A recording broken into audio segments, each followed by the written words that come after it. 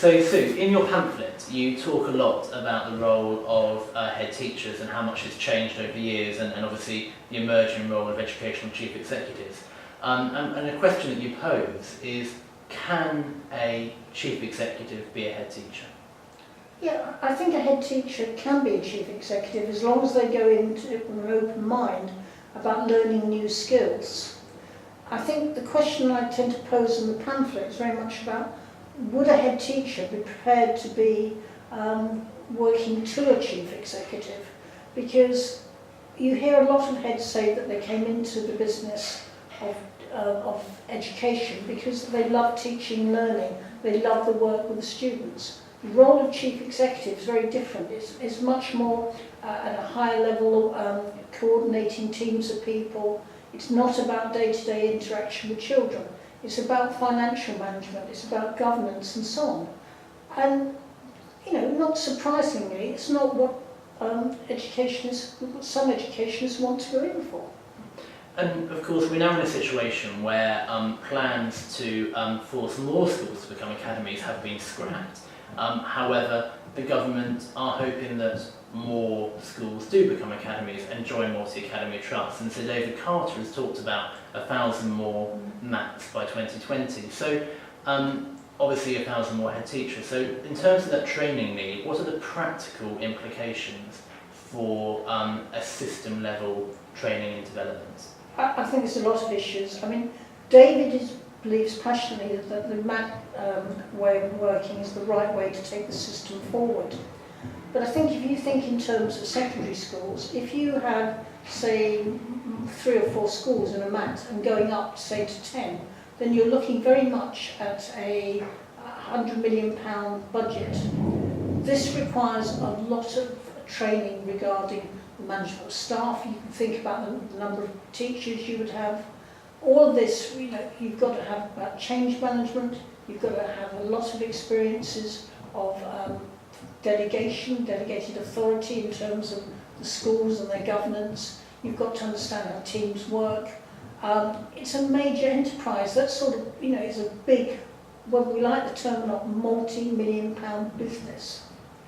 Okay, and I think the other thing there, of course, is that you've alluded to it. There are very different types of MATs. There are very large ones, and there are, you know, ones of only a couple of schools that are growing. And I think, you know, in terms of this whole question about can a head teacher be a chief executive, actually, there are going to be different types of chief executives needed for different MATs in different contexts. So it's actually not as simplistic as one or the other. It isn't. The strong belief that I have is that as a head teacher, as you develop your career, you form your principles whereby when you go for that interview and get it for a post of head teacher, you state very clearly to your governors what your principles are. What are the things that you will not deviate from? Your key principles, which link to your vision for the school, which you sell and communicate with the staff. And I think you have to keep those principles when forming a MAT.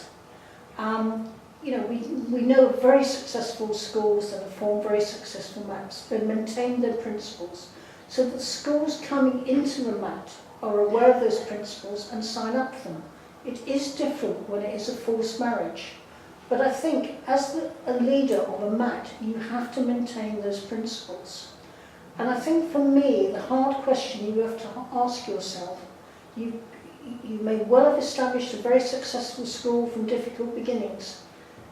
Do you want to be the person that is going to be that chief executive, that's going to meet that job brief that your trustees have set and established? And I think for me, if you don't want to move away from teaching and learning, you have to say, no, the role of chief executive is not for me. I want to be the lead educationist, and I will work with a chief executive to make it a successful MAT. So are you suggesting that you think that you can have successful chief executives from a non-educational background? Yes, I think you can, as long as you have an outstanding lead educationist. I mean, in the pamphlet, I quote the example of Sir Alex Ferguson. Now, if anybody asks you about Manchester United, they will think of Sir Alex Ferguson. But he was never the chief executive, he was the manager. But he worked with a very successful chief executive in David Gill. And they complemented each other. And I think that's a model that can work. And it can work in both ways round. Some head teachers are going to be ideally suited to be chief executive. David Carter was a chief executive and did a great job.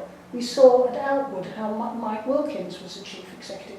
We've got Dan Moynihan at Harris. There are models that work, but I think it's not the right way for everybody. And we've heard many heads say they don't want to move away from it. So if you don't want to move away from it, stick.